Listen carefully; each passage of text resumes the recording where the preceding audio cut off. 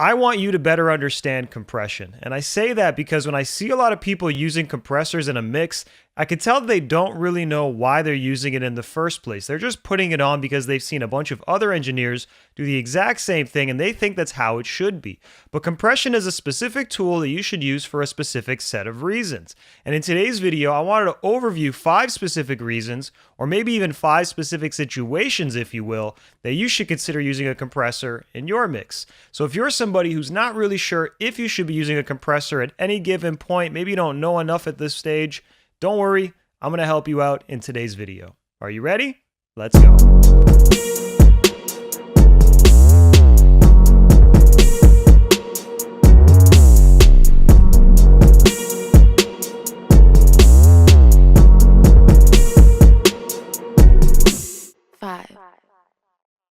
What's going on, ladies and gentlemen? This is your boy 5P's producer and engineer extraordinaire. Thank you for checking out this video. We're about to get very specific and talk about some situations that you should consider using a compressor in. But don't you worry, while they are specific, you're going to find that these pop up more often than not in most mixes. At any given point, you're probably going to deal with 1, 2, maybe even 3 of these, maybe even all 5. It's really going to depend on your song and what it's made up of. And by the way, throughout this video, while I am going to explain some things, I'm definitely going to be linking out to some of my other videos that will go a little bit deeper and maybe explain the process that I'm highlighting a little bit better. So if you want to learn more, definitely pay attention throughout the video for some cards in the top corner, or feel free to check the description below. But with that in mind, let's talk about the first situation that you might find yourself in where you should consider using a compressor. And that is to even out volume inconsistencies in a performance. And that could apply to a vocal or a synth or really any sound that's in a mix. Now, I find that this obviously applies very often to a vocal because vocals are very dynamic in nature. We might be extremely loud and dynamic at moments, and then other moments we might be very quiet, subdued, maybe even whispering. And there's some very big extremes there, right? Especially because we're actually recording vocals, and that also will be affected by someone's distance from the mic and how they're moving when they're performing on the mic. Whereas if we're playing like a digital instrument, we may not necessarily need to compress that or even that out unless we're actually playing with the velocity there. This is a whole separate thing. But really what I'm saying here is we want to use the compressor to bring down the louder stuff and bring up the quieter stuff, so that way that performance or that take is a lot more even in volume and therefore easier to hear for the listener, because a lot of times the quieter parts might get buried or lost in a mix, and then those louder parts will really poke out and stick out in a mix, and we want to avoid that in both situations. And you can actually tell here, I got a vocal take here, and you can see that obviously the volume is varying at different times, right? You can see that this looks significantly quieter than the second part, right? And even parts of a phrase, so for example, this part is quieter than the second half, right? We can use a compressor to bridge the gap between all of these volume differences and make sure that they ultimately sound good. Now, I find that I'm constantly compressing vocals to make this happen, but of course, if you really wanted to do that painstaking detail work, you could avoid using a compressor and just do things like using volume automation where you're going in and turning things up and turning other things down, etc. But that's going to be a lot of painstaking work. The compressor just makes your life so much easier, and if you want to still do some of that after the fact, you can, but it'll probably just save you some of that upfront work. So why don't I play this moment real quick, but what I want to do is also bypass my effects so we have no reverb or delays or any of that stuff. I'm going to solo this. I'm going to get rid of all the plugins that follow the compressor. I'll also get rid of the compressor. I'll put it in and take it out. And let's hear the volume difference and how much we're able to bridge it using this compressor. This is of course not going to fully solve everything, but it's going to do a little bit of work and push us in the right direction. Check this out. Yeah, you don't know. I've been trying to get going. Yeah, you don't know. I've been trying to get going. Yeah, you don't know. I've been trying to get going. Yeah, you don't know. I've been trying to get going. Yeah, you don't know. So as you can tell, it's somewhat subtle, right? But at the same time, you could definitely tell that this part is significantly louder than the quieter part. But then after, when I put this in, there's definitely still a volume difference between the two. We're not denying that that's going to fully go away, but it's a little bit closer. And of course, in context, when I do this, it'll be hopefully a little bit easier to hear this quieter part. So let's actually do that. Let's take this out and double check. Here we go. Yeah, you don't know. I've been trying to get going, but I'm sitting low. Yeah, you don't know. I've been trying to get going, but I'm sitting low. Yeah, you don't know. I've been trying to get going, but I'm sitting low. And hopefully you can hear the difference there, right? Of course, we're benefiting from gain, but it's also just reducing these louder parts so that they're a little bit more even and in line with this first part. Now, if you want to see a cool video about compression and how to use it on vocals specifically, including how to dial in the settings and all that good stuff, I'll leave a link to a video I did up above right now or in the description below, so definitely check that out if you want to learn more about how to set up a compressor from scratch and see all the settings and how I approach doing that. Now, the second reason why I'd want to use a compressor in a mix is to control ADSR. And I got to be honest, I'm not always using a compressor for this. I would much rather rely on strategic volume automation or clip gain automation, but a compressor can come in handy if you really don't know what you're doing or if you need a way to do it quickly and easily and efficiently. Now, what I mean by ADSR is attack, decay, sustain, release, right? Attack is how much the signal or how loud the signal comes in. Decay is how it tapers off. Sustain is how long it lingers. Release is how fast it lets go. Basically, I'm really simplifying here, but that's really how to think about it. And let's say that I really wanted to reduce the initial attack of a sound. So like this stuff, right? Like these are kicks on a drum bus. Really, this is a print of a drum bus. Let's say I wanted to reduce those, and then at the same time, I wanted to increase all this other stuff, right? Or maybe I wanted to actually be a little bit more specific. Maybe I just wanted to reduce the attack of the beginning here, and then increase the volume of the second half, right? This would be where the release is. I can actually use compressor settings to do that, right? Because our comp and every other compressor has the attack and release setting, right? So if I really wanted to clamp down on a beginning of a signal and reduce it, maybe to prevent peaking or maybe to create some sort of effect like sound design, I'm going to obviously increase the attack so that it happens right away.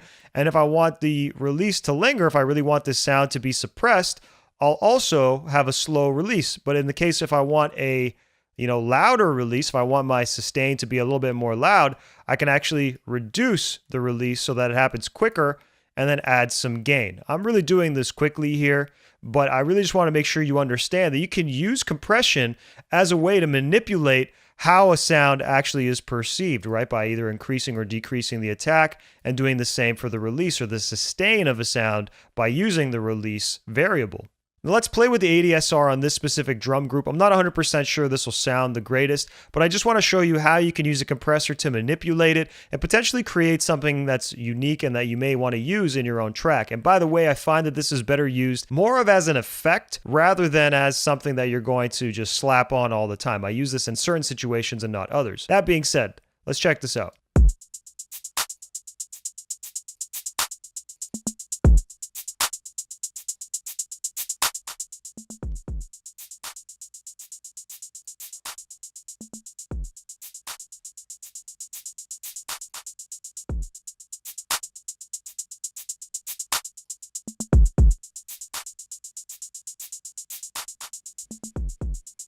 Now, of course, I wouldn't really keep this like this, at least not as like my main drum sound, but maybe I would, I don't know. But I do find that it's obviously changing the sound, and you can hear the hi-hats, they sound a little bit different, right? A little bit more popped is sort of how I would describe it, right? Even flat in a way. But at the same time, we're not necessarily losing too much volume where it's completely getting lost, at least not for my current POV. Of course, I'm doing this very quickly, but I wanted to ultimately show you how to use a compressor to manipulate a sound and change the way that it sounds, even if you're just using 2-track audio like I am here. Now, the third reason why you'd want to use a compressor in a mix is to glue sounds together, specifically on an instrumental bus or an instrumental group. But of course, this could extend to a vocal group, etc. Usually it's for a bus where all the sounds go to, so you can basically bring them a little bit more together. And really this ties into the first point of reducing volume inconsistencies, but we're doing it to just gel everything together or glue it together, as a lot of people like to say. And you're going to understand what I mean in a minute in this example. So if we focus for a moment here on my instrumental, you're going to see or listen, and I'm going to actually take out this compressor. I'm using a Brainworks Townhouse compressor, and just pay attention to how it sounds and listen to what happens when I put this in.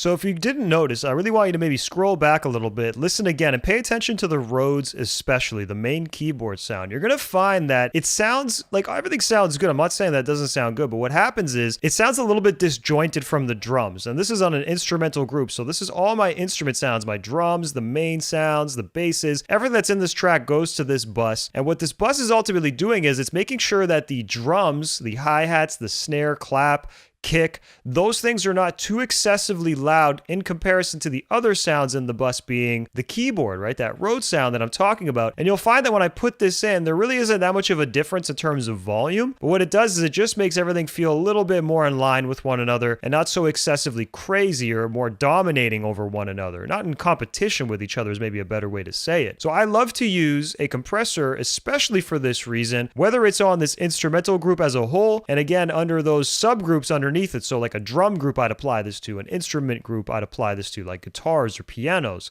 a bass group I would apply this to. And what it'll do is, again, just take all those sounds that are in that group and glue them together so that way they're not poking out too much on top of each other, and ultimately playing nice so that when the person is listening at the end of the day, nothing is poking out too much or coming off as too aggressive. Now, if you want to see a really dope video about mastering compression, and by the way I set up a mastering compressor is almost the exact same way as I set up a compressor on a group. I'm going to leave a link to a video up above or in the description below right now. Definitely check that out. It'll help you elevate your game when it comes to setting up a compressor on a group or on a master.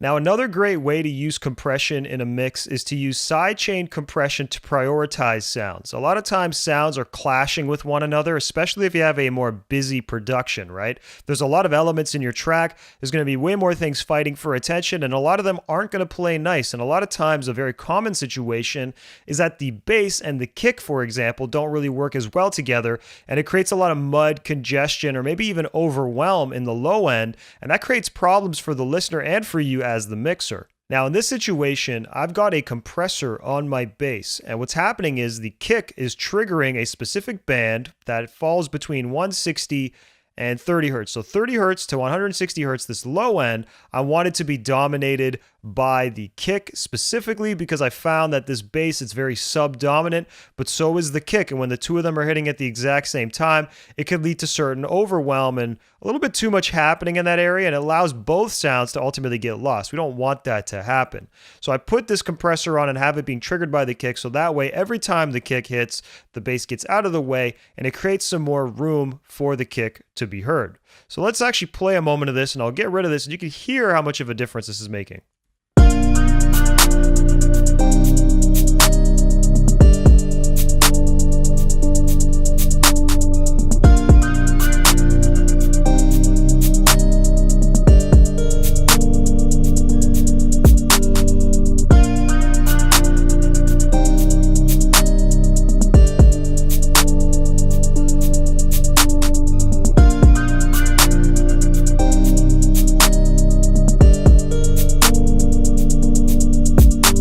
It is somewhat subtle, I'm not going to deny that, but at the same time, this is just helping prioritize the kick once again, and I like what it's doing because that kick is coming out very clearly. And let's not forget that sound selection is extremely important here. You can't just do this and have it work, right? At least for the kick and the bass. You got to choose two sounds that cooperate well with each other. I've already done that here, but now I'm taking it a step further using sidechain compression. And sidechain compression is absolutely not limited to this function on its own, right? You could absolutely use it on other things. I love to use it on vocals, right? To make a vocal stand out over a beat, or to make a vocal stand out with a clashing sound, or if I have two other clashing sounds, maybe two instrument sounds, maybe I want the kick to come out on top of hi-hats. There's so many functions for this. You really just need to understand how it works. And to make that easier for you, I'll leave a link to a video up above right now where I break down how to use sidechain compression on vocals specifically, so that way your vocals are nice and clear and loud and upfront. And the final reason why you should consider using compression is to create thickness. I love to use compression to just make sounds feel a little bit bigger, thicker, more dominant, and it's really going to make a difference when I play this example because I'm hyper aggressively compressing this parallel track, and when I'm doing that and I'm mixing it back in with the dynamic uncompressed tracks being my individual drum sounds, it brings the best of both worlds together. We have the dynamics with the compressed, and what that does is it helps it cut on smaller listening devices specifically. This is 5 piece coming in from the future, and I want to just add a little bit more to this point, and the point is this. by using a compressed version. Compression, what it usually does is it increases sustain on a sound. It's going to reduce the attack and increase the sustain. This goes back to that ADSR point I was making.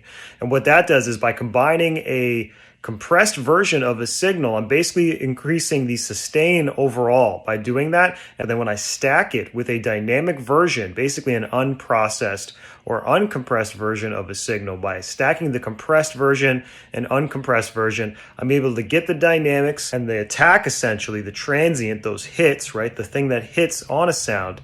And at the same time, I'm able to increase its sustain so that it appears like it's more consistent in volume. Hopefully this makes sense, but I'm going to let myself continue with that point. This is not just applicable to drums, it's applicable to everything. I actually parallel compress everything in a session: bass, instruments, vocals, you name it, I parallel compress it. But the thing is, I parallel compress it. I don't directly compress anymore. I do it on the side like this, so that way I'm able to get the best of both worlds. Once again, because especially with drums, you need dynamics. So that being said, let me play this example without the parallel compression channel and then with it.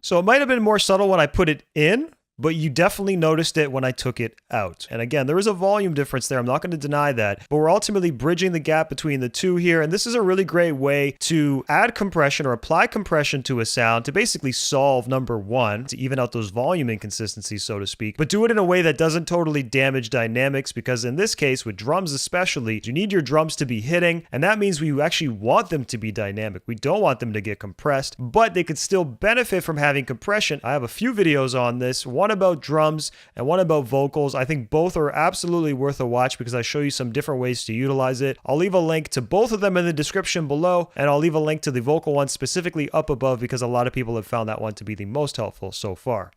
So whenever these 5 situations appear, definitely consider using a compressor to solve this problem. These are very common problems that you'll probably find pop up in your own mixes, and they might even be popping up right now. So try to find a way to apply this knowledge instantly. And don't forget to click ahead and watch the other videos that I mentioned throughout this video, because they're going to definitely go a little bit deeper and maybe explain step by step how you should actually be implementing these processes that I'm recommending. Now, if you got value out of this video, please smash that like button until it turns blue. I'd really appreciate that because it'll not only help me and my channel do better in the long run, but it'll help the YouTube algorithm know to show videos like this to you and to people like you. So it's actually going to help more people in the long run, and it'll help you because it'll show you more of my content. And by the way, if you haven't subscribed yet, please consider doing so. I drop a new video just like this every single week, always focused on helping you sound better and helping you make more money with your music. I'd love to continue helping you on your journey. I just need you to pay the small fee. Like the video and subscribe if you haven't done so already,